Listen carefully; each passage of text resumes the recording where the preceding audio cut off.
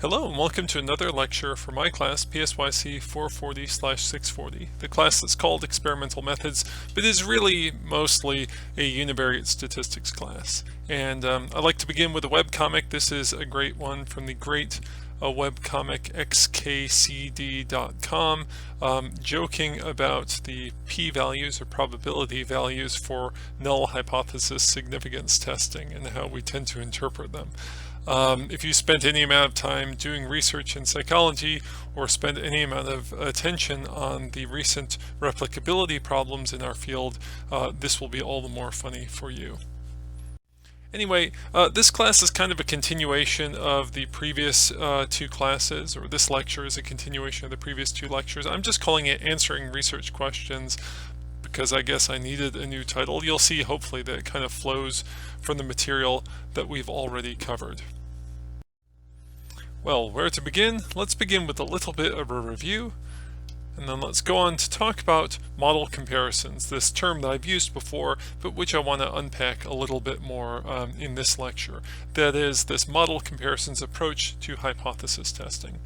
And we'll finish up in a section of the lecture I'm just calling Answering Research Questions, and this is where I start to talk about more of the details of null hypothesis significance testing, including things like alpha level, beta level, power, effect sizes, and so on. Now this is really important stuff which I'll kind of introduce in this lecture and which I will continue to discuss in future lectures, but I had to get to it at some point and this lecture seemed like a good enough place to start. Okay, so here's the review, and hopefully if you've been paying attention, especially if you're in my class and have been following along, you're learning something so far. At least I hope so. Anyway, we're still using that example that I've used now for a couple lectures of the College Counseling Center.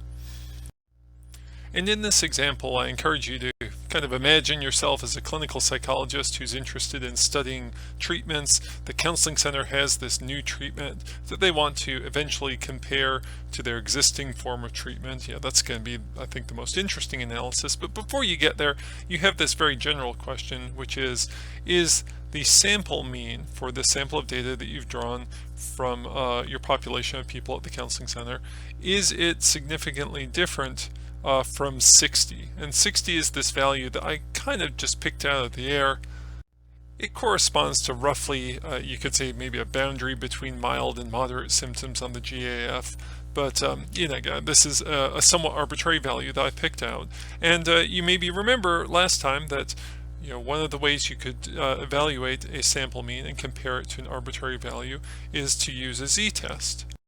So last time we calculated a value of a z by hand, and then we calculated the probability of it using some functions in Excel. Basically, we're just trying to discover the probability of our test statistic, the value of z that we calculated, which happens to be 4.58, or any value larger than that, in a sampling distribution that's centered over the population mean. And we were imagining that the population mean here would be 60. And the basic logic of the z-test is that larger values of the z that we calculate are going to be less frequent than smaller values in a sampling distribution that's centered over the mean, because basically the z is a calculation of a discrepancy between an observed value in our sample and the hypothesized value in the population. Before moving on, let's take a little bit of a closer look at the formula for the z-test, because I think there are a couple interesting things that we can learn from it. The first is that the larger the difference gets between the observed value for the mean of the sample and the hypothesized value for the mean in the population, the bigger the z-statistic gets. The larger that difference, the bigger the denominator is, and the bigger the z-statistic calculation is, the quotient is. And as we saw on the previous slide, bigger values of z are less frequent than smaller values in our sampling distribution, so the probability, the p-value of them, is smaller.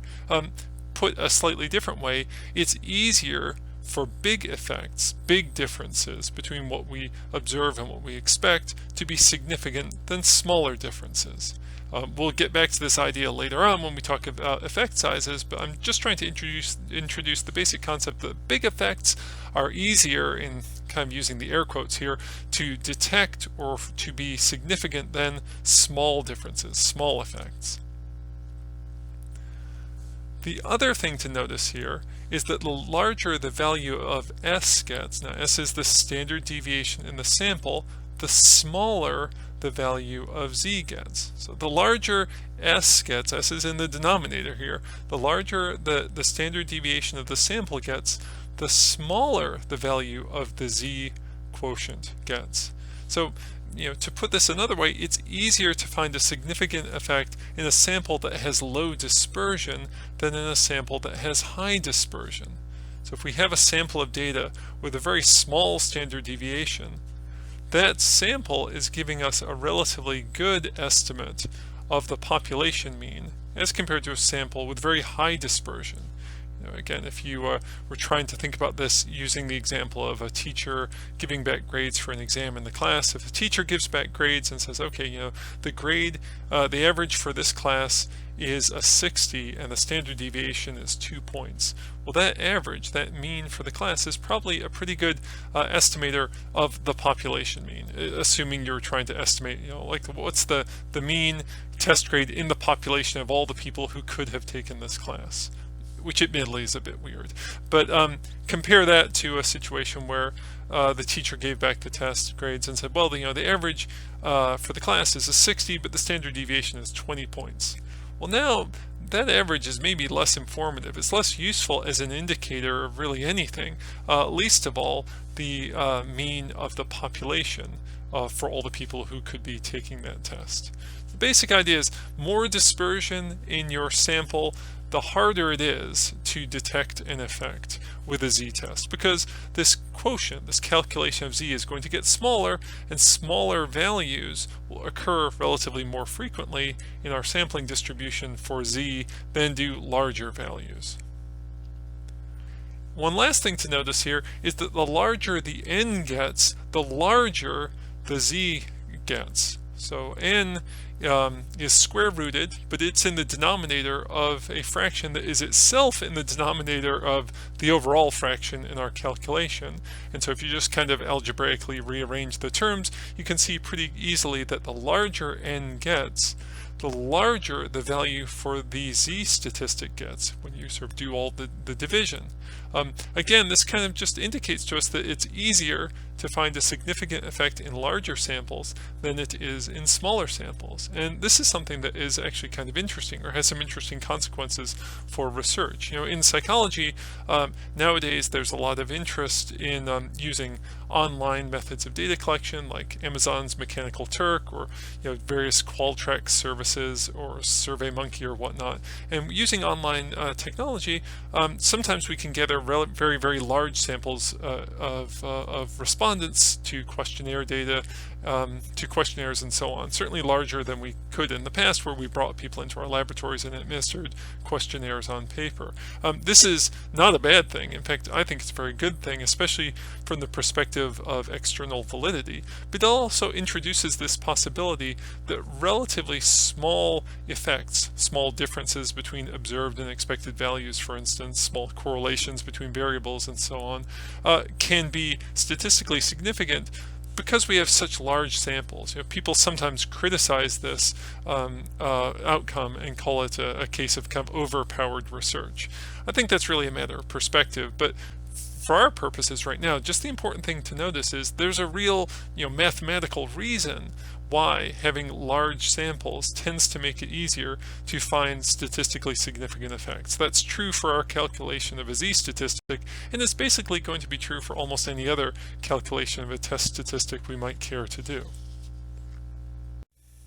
Okay, well, that's just a little bit of a deeper look at the z-test, and it's not desperately important that we spend a lot more time with it, I suppose. I just did a bit of a review here to highlight some interesting features of that calculation and kind of give you an example of how, or one way that you can do hypothesis testing in statistics. You can calculate a particular test statistic which is usually an effect divided by some estimate of the standard error of that effect. Pretty common. I also wanted to illustrate how when we calculate a test statistic like a z statistic, we evaluate it in terms of its probability by looking at its position in a sampling distribution for the probabilities of all the different values of that test statistic we would expect under an assumption being like where that sampling distribution is located. Now, to make a slight pause here, I want to kind of ask that question that I've asked before in I think the first class or maybe the second class, that is, statistics are important, but they're sometimes hard to learn. And I asked a couple lectures back, why is that? Well, there are different ways we can answer this question, of course. One way, I think, is to note that there are just kind of fundamentally different ways to think about test statistics. That is, different ways to think about the calculations which we often do to test hypotheses, like we just did with the z-test. As I see it, there are kind of three basic ways or basic approaches to thinking about test statistics. One is a kind of a conceptual way. The next is a way based on standard errors of our calculations. And the third, the one I'm going to emphasize the most in this class, is the model comparisons approach. Let's quickly look at these, I think, to set the stage for the material that will be coming up in this lecture. Now, the first approach to thinking about test statistics, such as the z-test statistic or a t-test statistic or even like the F calculation in an ANOVA, is to think about them in a very conceptual and abstract way. And so I've used sort of generic equations like this before, test statistic equals systematic variation divided by unsystematic variation. Or I've used the metaphor before of a test statistic being a ratio between signal and noise. I think this approach to thinking about test statistics is useful. It certainly has some positive features in the sense that it kind of reminds us of what the statistic is really about. I think if you spend a fair amount of time with statistics, you sometimes your eyes glaze over a little bit and you think, what's a t-test really? What's that z statistic really mean? It's helpful, I think, sometimes to step back and remind yourself that test statistics are essentially like ratios of information. There's the information that we know or that we can model in a systematic way, and there's all the information that we can't model in a systematic way. There's sort of the signal that we're trying to detect, and there's all the noise in the background. These conceptual ways of thinking are useful, I think. Now, the downside or the negative is that they're just that. They're concepts, they're abstractions. They really don't have any obvious way that we can apply them to real calculations, which of course is something we often want to do when we're doing statistics. We don't want to just talk about this stuff, we want to actually do it.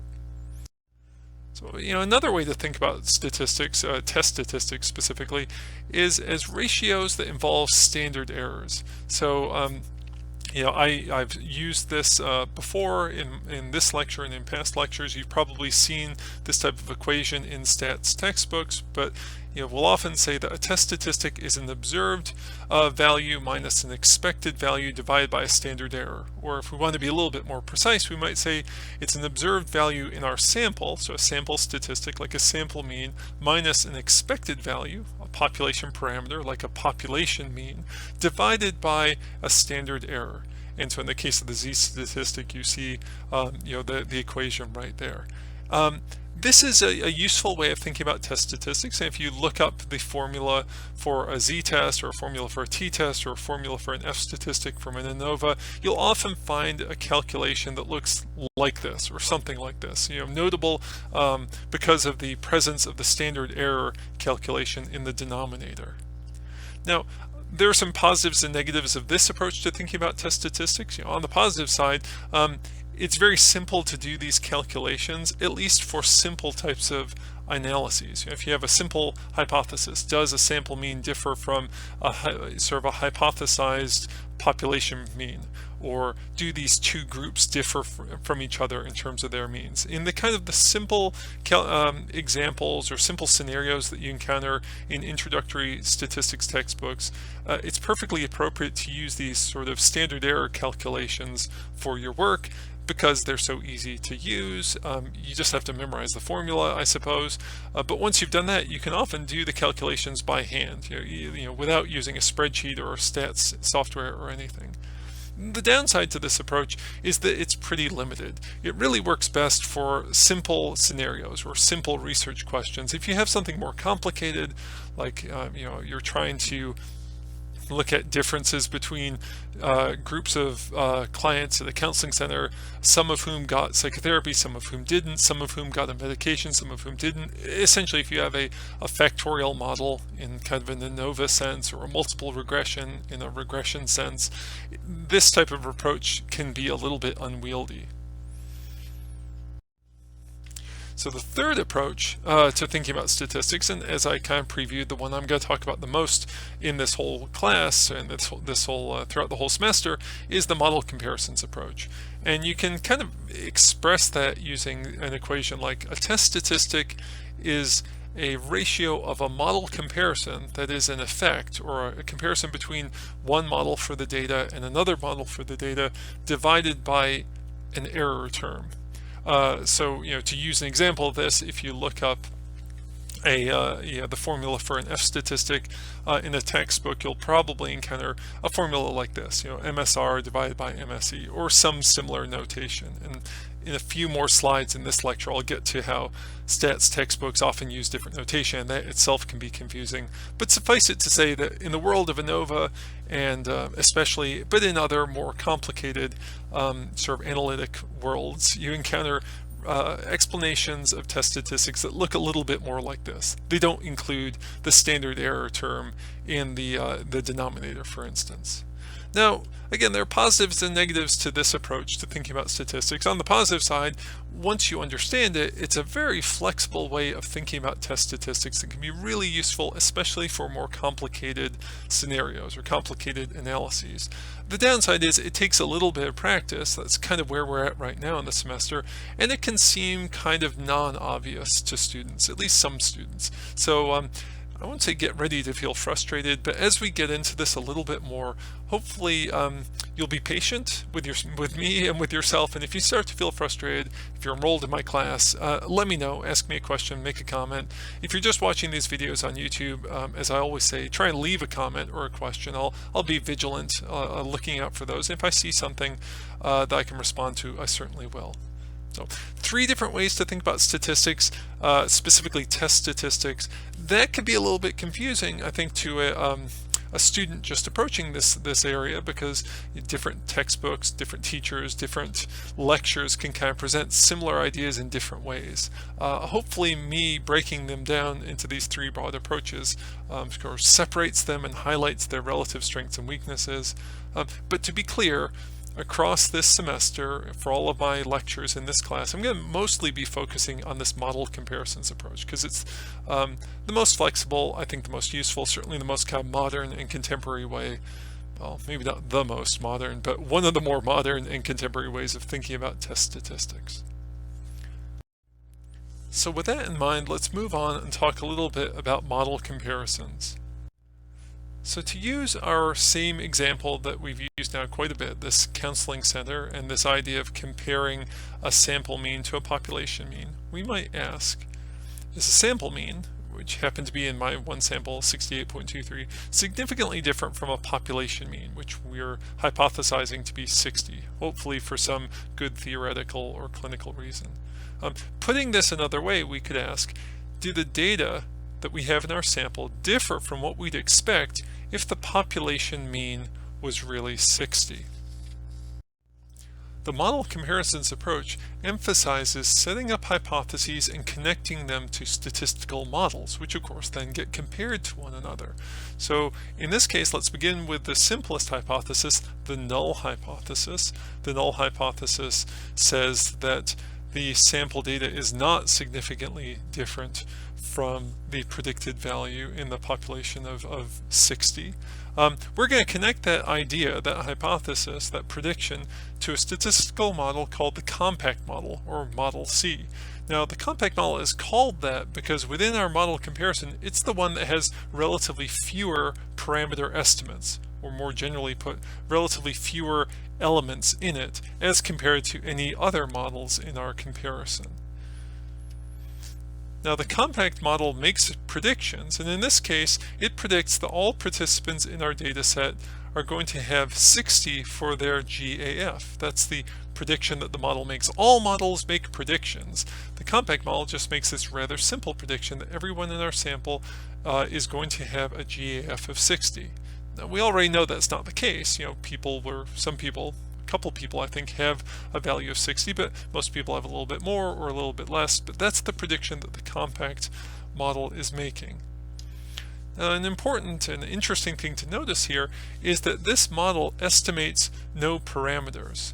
We're kind of assuming, or we're sort of hypothesizing that the population mean of GAF, of Global Assessment of Functioning, is 60, but we're not estimating that value from any data that we have. So we're not using sample data to estimate a population value, or population mean. We're just assuming or sort of theorizing, I guess you could say, that the population mean is 60. So in that sense, 60 is an arbitrary value. Hopefully not entirely arbitrary. Hopefully we have some good theoretical or clinical reason to choose 60, but in a sense it's arbitrary. It doesn't come from anywhere other than from our own heads.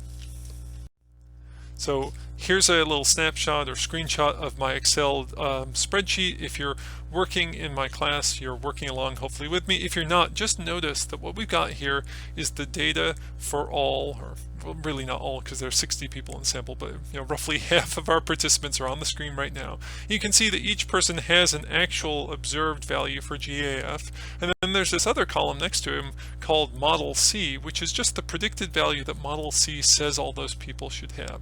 And you can see it's 60 going all the way down, and it's indeed going all the way down off of the screen to what you can't see. Now, if we wanted to represent this pictographically, we could do it like this. I've made a scatter plot where I've put on the y-axis our outcome variable, GAF score. That's pretty straightforward. And I've put on the x-axis participant ID number, which is a little bit weird, but just serves to kind of spread out the data into a bit more of a cloud, so it's a little bit easier to visualize. Of course, participant ID isn't really a predictor variable. I'm just using it for the convenience of visualization. Now, once I've done this, I've got my cloud of dots here representing the different values of GAF that people have in our data set, and I'm trying to model or describe this data, and I'm doing it with my compact model. The compact model can be thought of as a flat line that passes through that cloud of dots and intersects with the y-axis at 60. If you think back to the last class and our discussion of degrees of freedom, you can imagine, hopefully, that this model has no degrees of freedom. It's stuck at 60. 60 isn't a value that we're deriving from the sample itself. So sample to sample to sample, if we were to throw away these 60 people and recruit another 60 people, we'd still be using this compact model that's pegged at 60. It doesn't slide up or down, and it has no slope. It has no degrees of freedom in this data set or any other data set. Now, we've already done the null hypothesis. You'll recall hopefully that the null hypothesis was that the sample mean is not significantly different from the population mean of 60. The alternative hypothesis is that it is significantly different. And we're connecting that alternative hypothesis to a statistical model we're calling the augmented model. It's called that, or sometimes called Model A, because it has, relative to the compact model, more parameter estimates in it. So in this example, we're saying that all participants are predicted under the augmented model to have a GAF score equal to the sample mean. The reason why we're doing this is we're imagining that we're using our sample mean to estimate or predict a population parameter, the population mean. In this sense, our augmented model has one parameter estimate in it. The compact model in this example has 0. The augmented model has 1, so it's got 1 more. It's relatively more augmented than the compact model. So here's my spreadsheet again, or at least just a screenshot of it. And what I've done here, you could do this by hand, or you could use a little function like I've done, is I've put the value for the sample mean into the column for the prediction made by model A. So you can see each person, each participant in my data set has the actual value of their GAF. Then they've got the the predicted value under the compact model, which is 60, and the predicted value under the augmented model, which happens to be the sample mean, 68.23. Now, if we wanted to represent this pictographically, we could use my kind of silly approach to visualization and put participant ID on the x-axis, global assessment of functioning score on the y-axis, and we can pass a line through the resulting cloud that corresponds to the sample mean. And you can see that in blue here. That's the line that represents pictographically what the augmented model is. Now, briefly, to return to that idea of degrees of freedom, we can note that this line, this blue line at least, can move in one dimension in space. It can slide up or slide down. If we threw away this sample of 60 people and recruited another new sample of 60 people, their sample mean would almost certainly be slightly different than 68.23, maybe a lot different than that, and consequently the y-intercept for the blue line, the line that corresponds to the augmented model, would slide up or slide down. The value for the intercept of the compact model is stuck at 60, so it has no degrees of freedom. The augmented model has 1 degree of freedom. And if you like to think about degrees of freedom in a sort of a geometric sense, hopefully this makes sense to you and kind of seems fairly obvious. Regardless of how you think about degrees of freedom, the question really becomes which model fits the data better? Which one is a better description or summary of the data we have? So we're answering, or we're sort of asking and answering research questions from the model comparison approach. We're comparing models. We're comparing the compact model to the augmented model, and we're asking which one fits the data a little bit better. Now, one thing that we consider when evaluating a model or comparing two models is error. That is, how much the model misses the data in the sample. So here I've tried to kind of represent a particular error where the augmented model, the blue line, falls below what the actual value for this, the datum for this particular person is on the end there. There's a little error. So if we wanted to consider the augmented model, we could sum up all those errors and we'd square them to avoid the negatives and the positives canceling out. So we'd have a sum of squared errors, giving us kind of a sense of the magnitude of the error for that model. We could also, of course, compute kind of like an average, the mean squared error for that model. So you can see here what I've done for both my compact model and my augmented model is I've created columns for the errors that each model makes. And computing the errors, or it's really the squared errors, is really simple. I just take the observed value for the particular case and subtract from it the predicted value under either the compact model or the augmented model and square the result. So I get a squared error for each individual case, and then, as you'll see here, I can sum up all of those values to get a sum of squared error, and I can create the mean squared error by dividing that sum of squared error by a denominator of n minus the parameter estimates in the model. So my kind of dividing by my degrees of freedom for the model in the data.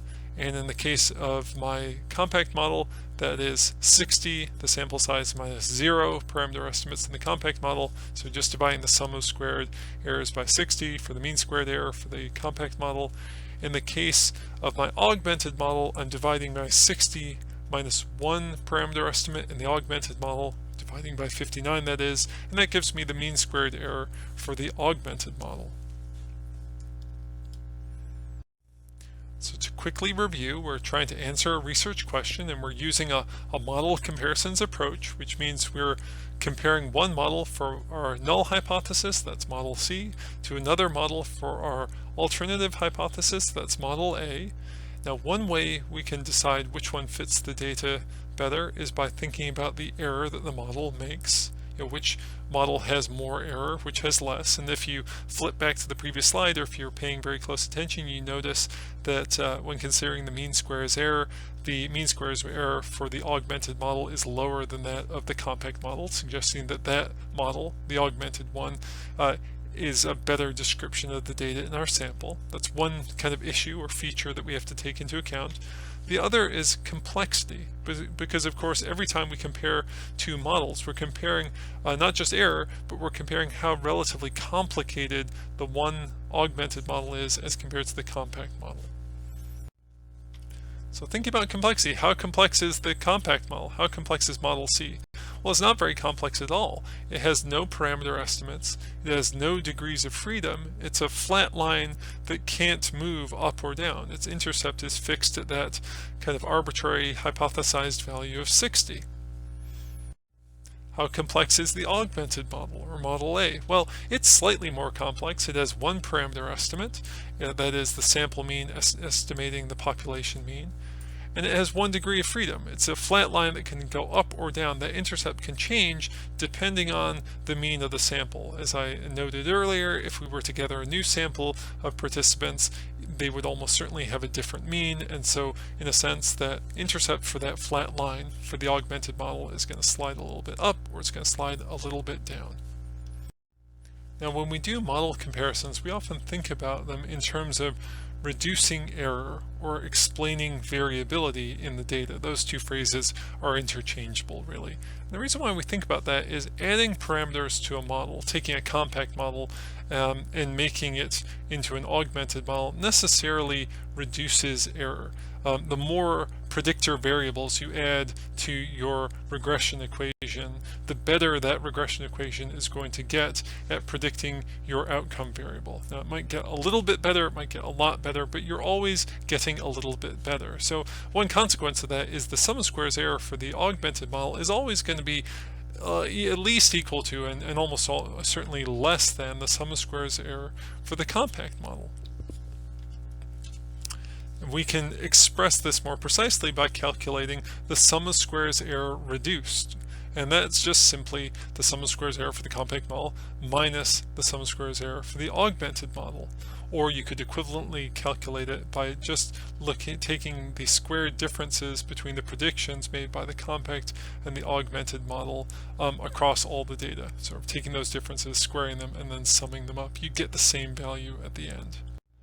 So again, if you wanted to do this in the data set, or I'm sorry, in the worksheet for Excel, you could just make the calculation the simple way. And although it's less obvious, the sum of squares error reduced is also the sum of the squared differences between the predictions made by the compact and the augmented model. Kind of like I just said, you'll get the same value either way. So by looking at the sum of squares error reduced, we can get a sense of how much of an improvement in terms of reducing error or explaining variability the augmented model is over the compact model. If it's any number bigger than 0, we've reduced some error, or we've explained some variability. But to be honest, it can be a little bit difficult to judge how big a reduction is, or how big an explanation is. It's how big is big. Well, the easiest thing to do is to compute a proportion. We can compute the proportional reduction of error, which is just the sum of squared error reduced divided by the sum of squares error in the compact model. If you think about the sum of squares error in the compact model as being all of the error, or the most possible error that there can be, how much have you gotten rid of if you've switched from the compact model to the augmented model? What's that proportion? And clearly that proportion can go from 0 to 100, 0% to 100%, and bigger values mean bigger proportional reductions of error, and that's a good thing. If you wanted to represent this pictographically, you could use a pie chart, and for a pie chart, the full pie represents the total amount of error in the compact model, or model C. That's all the error that there is. That's all the variability that there is in our outcome variable. It's all the stuff we're trying to make sense of or explain. You can think of one portion of that, in this case it's sort of the red wedge or slice, as being the amount of error in the augmented model, or model A. Now that amount of error is going to be smaller than the total pie. The question is just how much smaller, or how much have you gotten rid of? What's the blue part, the proportional reduction that you've gone through to go from the full amount of error to just that smaller red amount of error. That's a proportional reduction of error. Proportional reduction of error is just a way of quantifying the improvement of fit that you get when you switch from model C to model A. And I'm not sure if this picture comes out, but it's supposed to be the same, or I think it is the same fashion model, wearing an older style suit, which is rather baggy. It doesn't fit him very well, to a more up-to-date modern suit that's quite a bit more tailored and tightly fit. You know, whether you like one suit over the other is a matter of taste, but in the world of statistics and model comparisons, we want models that fit the data as well as possible. So we're trying to quantify that by computing the proportional reduction of error.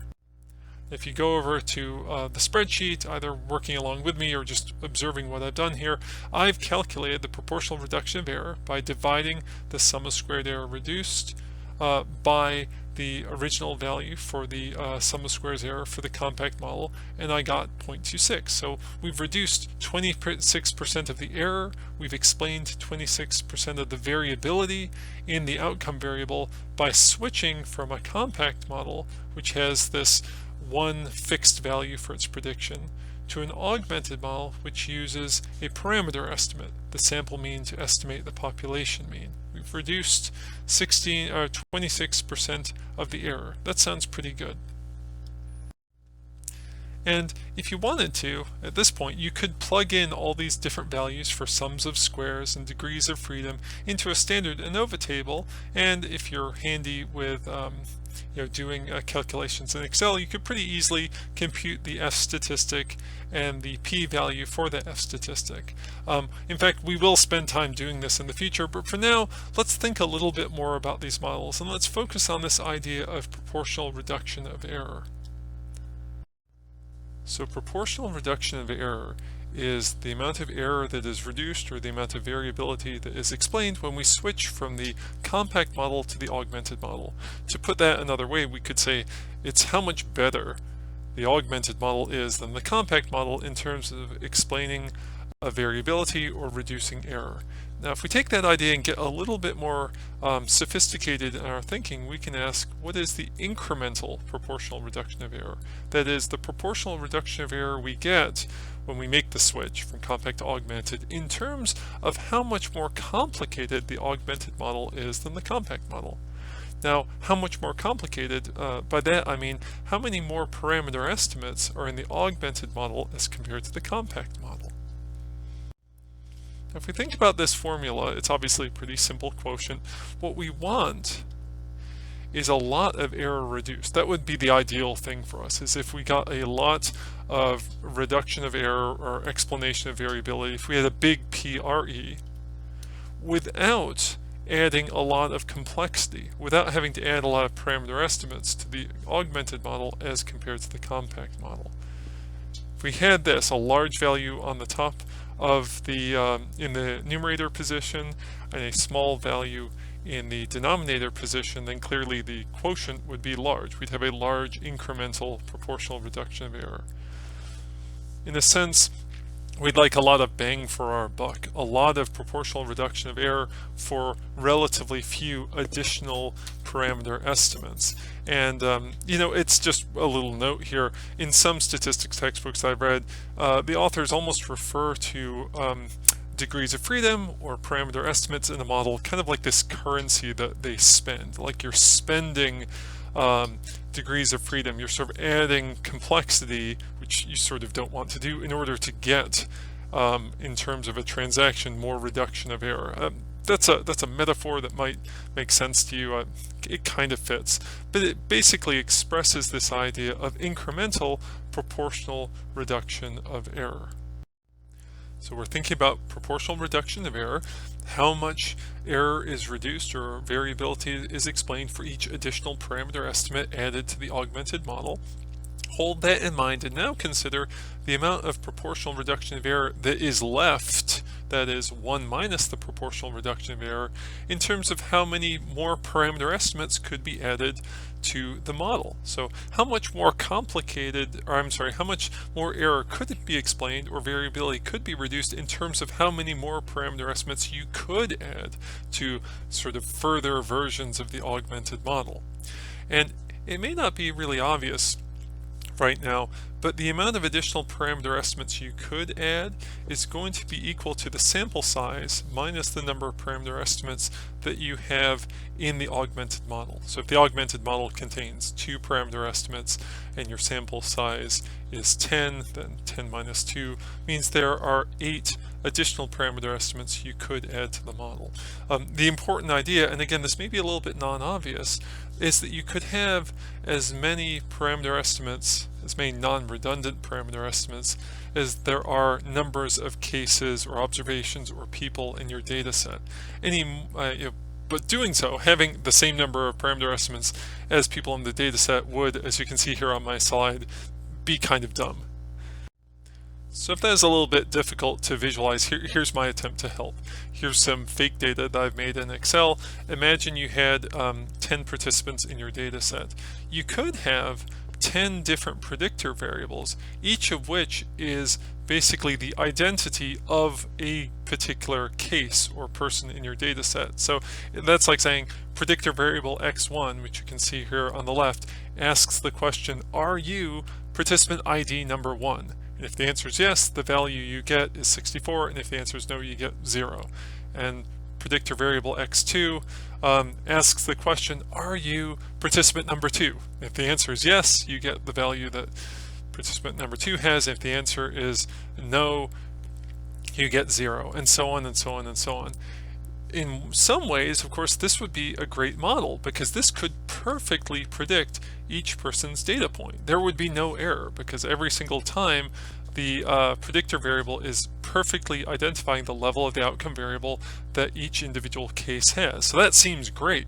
No error, total reduction of error, or no total explanation of variability. The problem, though, is that that data set has exactly the same number of predictors as there are people. So we've kind of made as much, we haven't done any work summarizing or simplifying the data, representing it in a more manageable way. We've just kind of recreated it on the sort of other axis of our data set. Instead of just going down a column, we're now going across rows, and we haven't really helped ourselves a lot. You could do this, but it would be, I don't know if I'd say kind of crazy, but it would be sort of a silly exercise. I'm only doing it now just to kind of illustrate this idea that the denominator in the quotient on the previous page is n minus PA. So the sample size n minus the number of parameters that are in the augmented model. That's the number of additional parameter estimates you could add to further versions of the augmented model if you wanted, in order to get yet more proportional reduction of error. Okay, so you're wondering, why am I telling you all of this? This seems a bit, if you're following along, great. But even if you are following along, you may be wondering, what's the point of all this? Well, the point of all this, why am I telling you this, is that you can express the F statistic, that familiar calculation from your ANOVA tables, as the quotient, or as a ratio of those two previous quotients. So in the numerator position, we have that first calculation for proportional reduction of error, PRE divided by PA minus PC, and in the denominator we have that other quotient. We have 1 minus PRE divided by n minus PA, and it just can be mathematically shown that this is the F statistic expressed in terms of proportional reduction of error. And R.A. Fisher, a kind of a founding figure in statistics, especially the type of statistics that we use in the behavioral sciences, well, I don't know, he wouldn't be amazed, he would have figured this out himself anyway, but I'm just saying, oh snap, it's my F statistic in terms of PRE. Now, to be clear, you're probably familiar with calculating the F statistic other ways, and we'll talk about some of those other ways in this and further lectures. But what I like about this way of thinking about the F statistic is it kind of expresses a really interesting idea. Proportional reduction of error, incremental, for how many additional parameter estimates we have, a remaining proportional reduction of error in terms of how many parameter estimates we could have. It expresses a kind of an interesting ratio that I think is very important or interesting to think about it. So again, the important point here is that model comparisons, generally put, is this way of thinking about test statistics, like in this case the F. And I think it's kind of a useful way of thinking about test statistics that kind of breaks us out of that prison of just thinking about specific formula that we memorize from the back of a stats textbook the first time we take statistics. Once you get on board with model comparisons, you can think about test statistics as ratios of error reduced, or variability explained. A proportion of error reduced by model A given the number of parameter estimates that model A uses as compared to model C, against the proportion of error remaining to be reduced given the number of parameter estimates that are available to be used. That's that sort of ratio of ratios from a couple slides back.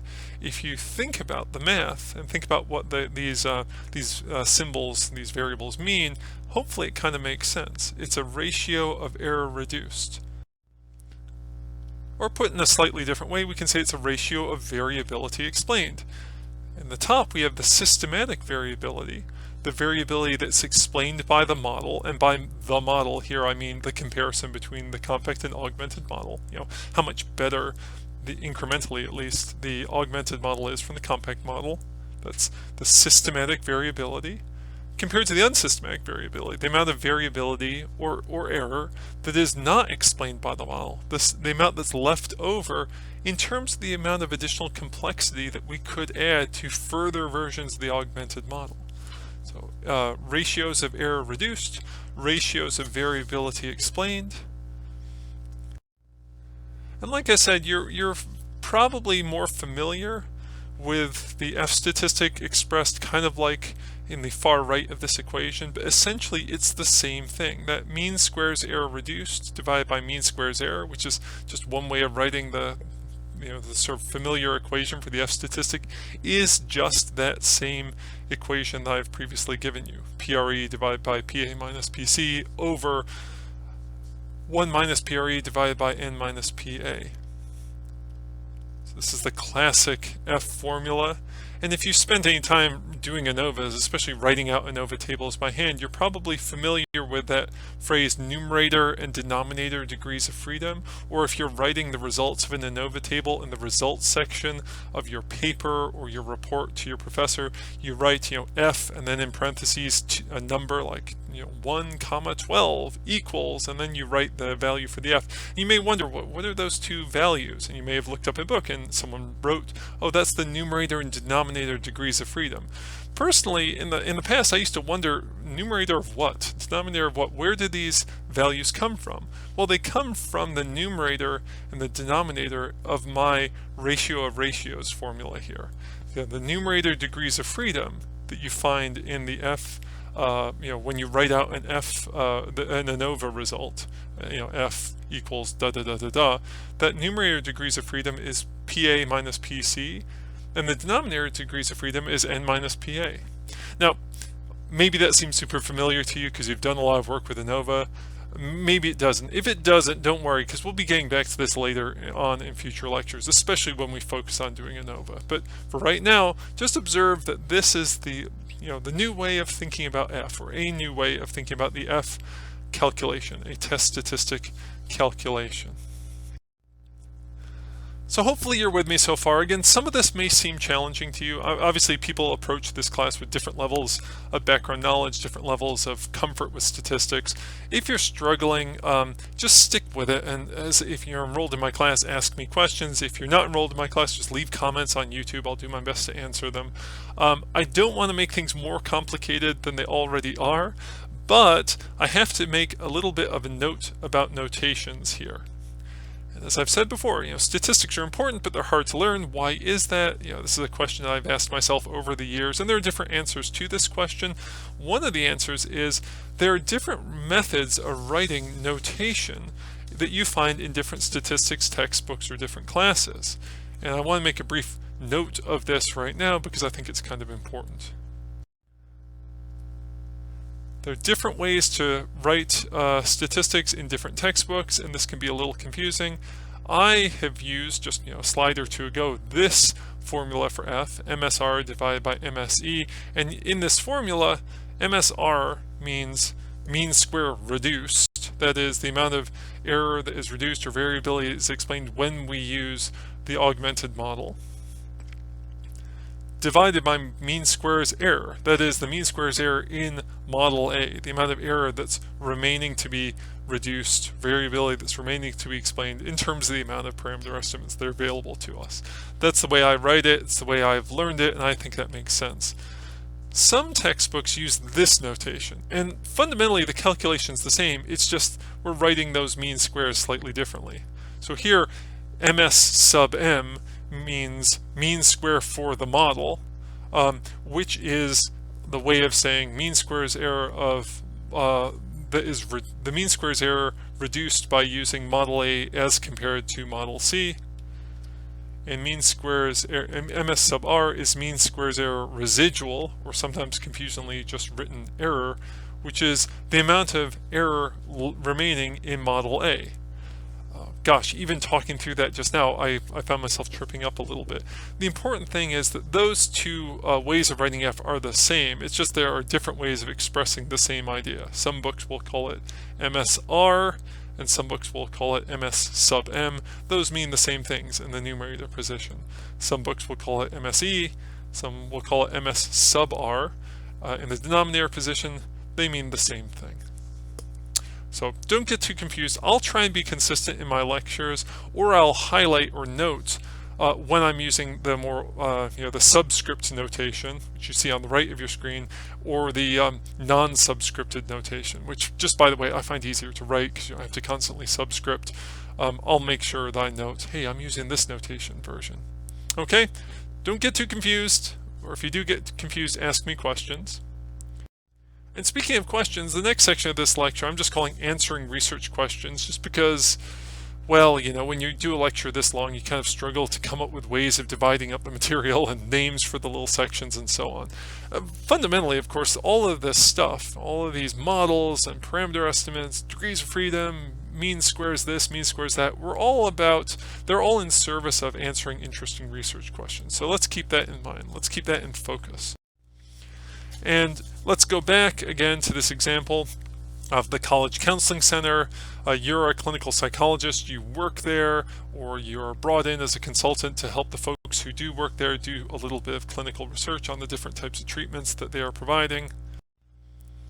So again, clinical psychologist, you're studying a new treatment that is offered at this counseling center, and you have a kind of a simple experimental design, and you have a predictor variable, which is group, whether the clients in one group get a particular new treatment, mindfulness, meditation, or whatever, and the folks in the other group get the standard treatment. It's our control group. That's your predictor variable. In the past, of course, in this lecture and previous lectures, we were looking at, well, what's the overall level of functioning across all people, regardless of group. Now we're getting to the more interesting question of, like, which group is doing better. So our predictor variable is group, and our outcome variable is overall psychological functioning, which we're kind of roughly operationalizing as their GAF score. We recruited a sample of 60 people. We assigned them 30 each to the two groups. And now, again, we're ready to ask that interesting question, which group has better overall functioning? And sometimes it's easier, I think, to just try and represent these things pictographically. So here's my attempt to pictographically represent what goes on. Simple experiment. Obviously, people are assigned to go into either the treatment group, that's the new treatment, whatever it is, or the control group, which is maybe treatment as usual, using like the older therapeutic techniques. Hopefully there's random assignment to those groups so that the groups are good comparisons of one another. They're equated probabilistically on multiple variables that would otherwise be confounds. They only really differ in terms of the treatment they get. And then some period of time down the line, I forget whether I said it was like 6 weeks, 12 weeks, whatever, we look at overall level of functioning to see if there's any difference. So I'm calling this asking and answering research questions. The question, of course, is, do the means for these two groups differ? And to put this a slightly different way, we could say, do the data in the sample that is the means of the particular people in the two groups that we drew, do they differ from what we'd expect if in the population the predictor variable had no relationship to the outcome? Like, what if it was the case that out there in the population of all people who are at the counseling center or would or will go to the counseling center, it really just doesn't matter if you're in the new treatment versus the old treatment. The treatments are equivalent, or they both are terrible, or they're both great. It doesn't matter. There's no real difference between them. If that's the case in the population, how likely is it that we'd see the data that we have in this particular sample? So again, to put this another way and to try and represent it pictographically, if the population, if in the population being in treatment or not, that is being in the control group, had no effect on overall functioning, how likely is it that we'd see a difference like we see in our particular sample that we've drawn from that population? So when we approach research questions from a model comparison perspective, we want to develop hypotheses, predictions, and we want to connect those to statistical models which we can then compare to one another. We can decide which model fits best. Well, we're going to start with a null hypothesis. The null hypothesis is that in the population there's no relationship between the predictor variable and the outcome variable. In the population there's no effect of being in the new treatment as compared to the old treatment on level of functioning. It just doesn't matter. Those variables are not correlated. The one does not influence the other. No effect. We're going to connect that null hypothesis, that no effect hypothesis, to our compact model.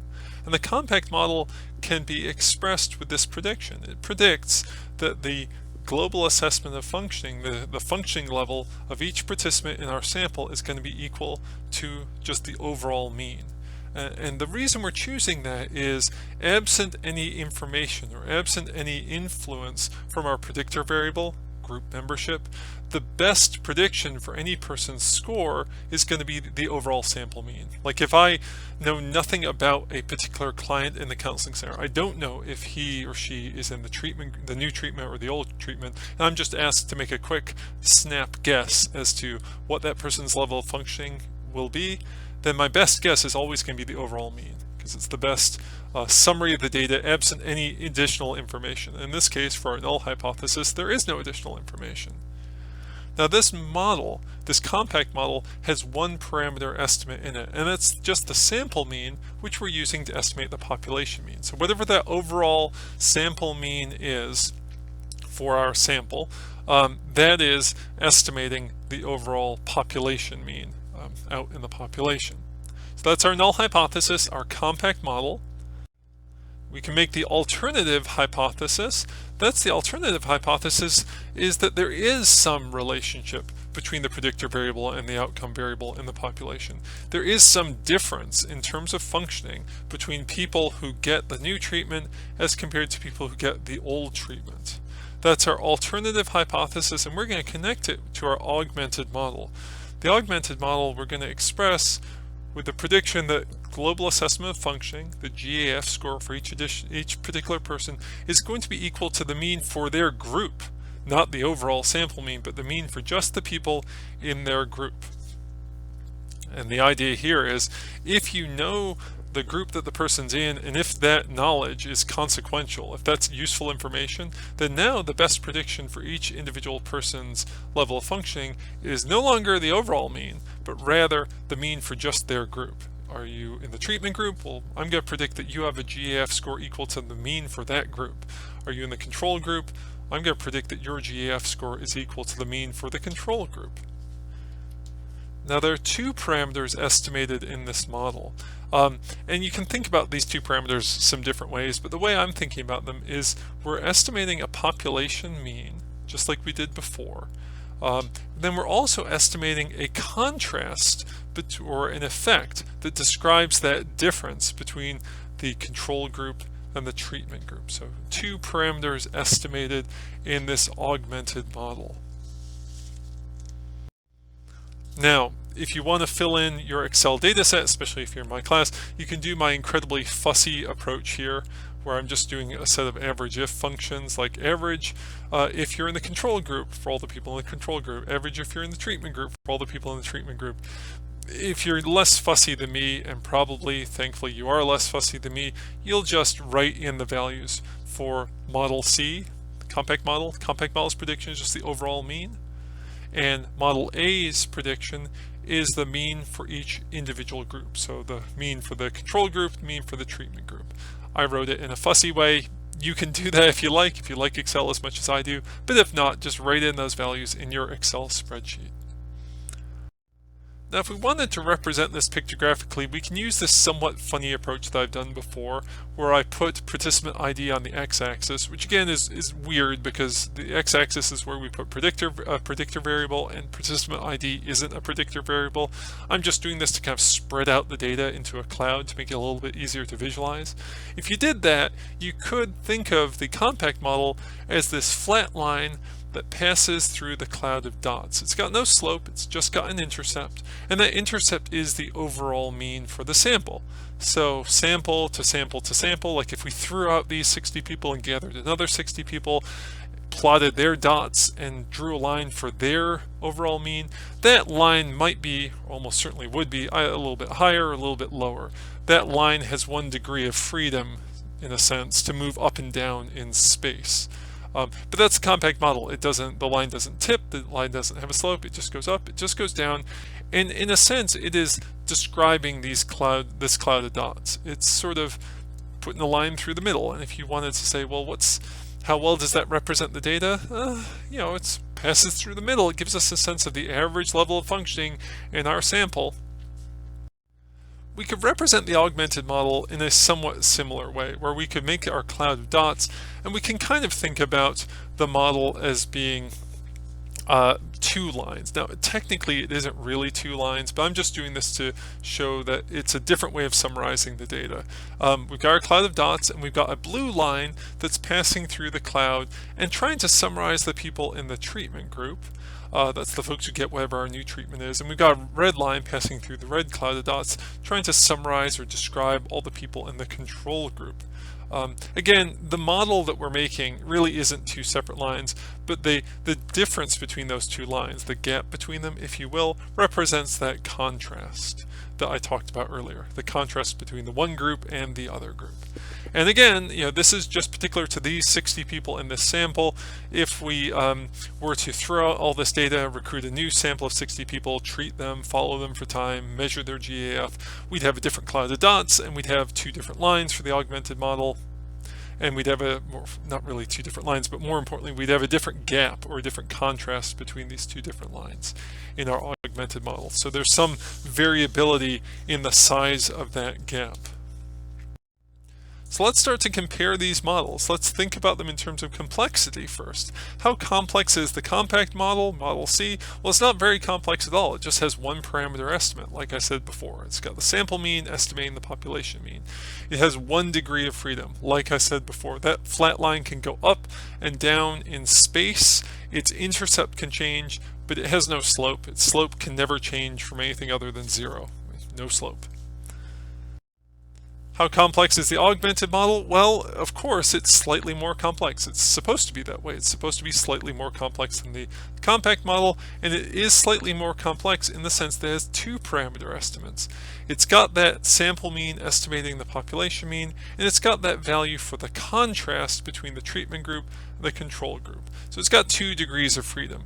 It's got a slope that can become more steep or more shallow, and it's got an intercept that can rise up or rise down. Now, these 2 graphs here are a more accurate way of representing the models as compared to those funny scatter plots I showed you before. Here, what I've done is I've represented group on the x-axis, which makes sense because group is our predictor variable in each of these graphs, and I've represented GAF on the y-axis, which makes sense because GAF functioning is our outcome variable. And so you can see from model C what we have are the cloud of dots, or really the column of dots for all the people in the treatment group. That's the folks in the rightmost column there over the value of 0.5, and you see all the people in the control group on the left. They're in the over the value of negative 0.5. What I've done here, by the way, is I've centered our data on the predictor variable. We'll talk about that a lot in Unit 2, but I've just done that to make the data a little bit easier to visualize, I guess I'll say. And so for the compact model, you can see that the model is just that flat line. It's got no slope. It's got 0 multiplied by x, our predictor variable, because predictor variable has no influence on outcome variable in our compact model. And it's got this intercept, and you'll notice if you look really closely that that intercept is equal to the overall sample mean. Model A is on the right, and same basic setup. You've got treatment group and control group, but as you can see here, we've got a line which has a slope and an intercept. That intercept is still the overall sample mean of 68.23, but we've got that value of a slope, 10.47, which is the contrast between the mean of the treatment group and the mean of the control group. It's how much, on average, we expect the difference to be between those two groups. So that model, augmented model, has 2 degrees of freedom in the data. It can slide up or slide down, intercept, or it can tip to become more steep or more shallow, slope. By the way, and I did this kind of deliberately, you can see here that in the treatment group, the new treatment group, yeah, the average is higher. There's a positive difference between the two, but there's a lot of variability in the outcome variable for our new treatment group. You can see some people do really quite well in it, but some people do quite poorly, or in a sense even worse than people in the control group. I'll talk about this more in the future, and I'll talk about this when we talk about the assumptions that go along with model testing in this way. But for right now, I'll just say that this is not uncommon. When we do clinical research, when we develop new treatments, we often find that there's just variable response to treatment. And that's true in any area of clinical work, whether we're talking about medicine or behavioral therapies or whatnot. You know, some people really get the new treatment, the meditation, the whatever it is we're giving them, and they get really, really better with it. Other people just don't. And so it's not uncommon to see more variability in the treatment group than in whatever your control group is. Variable response to treatment is a real challenge actually for clinical work and hypothesis testing. But we'll get to that in the future. For the time being, I just wanted you to see a kind of a more accurate representation of what these models look like in space. So we can go back and try and plug in these values, you know, from our Excel data set into an ANOVA table. So if you were working with that data set, we entered the values for model C and model A. We could compute the errors for model C, the errors for model A. We could sum those up. We could find the mean squares for model C, model A. We could find mean squares error reduced for the comparison between the two. We know the degrees of freedom. We can do the simple calculation. The only thing that's a little challenging is we'd either have to get Excel to find for us, or we could just look up in the book the p-value associated with that F statistic of 9.56. Although, to be perfectly blunt, we wouldn't really even have to look it up, because most often in these type of designs, if p is much bigger than 5, if f is much bigger than 5, the p-value for it is going to be quite a bit lower than our usual criterion of p less than 0.05. So we kind of already can guess this is going to be statistically significant. What this is suggesting to us is that it's relatively rare in a population where there is no effect of treatment on outcome to find a sample of data in which there does appear to be an effect of treatment on outcome, you know, functioning in this case. So what's that mean? Well, maybe that means that our population really isn't a null population. Maybe in our population, the idea that there's no effect of treatment on outcome, that's a bad idea. We should abandon that null hypothesis and accept the possibility of an alternative hypothesis. It's conceivable that if there was in the population no effect of treatment on outcome, we might from time to time come across a sample of 60 people in which there appeared to be a difference. There's a difference for them, you know, those people aren't lying, but broadly speaking in the population there's no difference. That would happen, but it would happen a lot less than the 1 in 20 time, less than 0.05. In fact, it happens about 0.003 time, you know, what's that, 3 1 tens, hundreds, 3,000ths of a time, I think, if I get that right. It happens infrequently.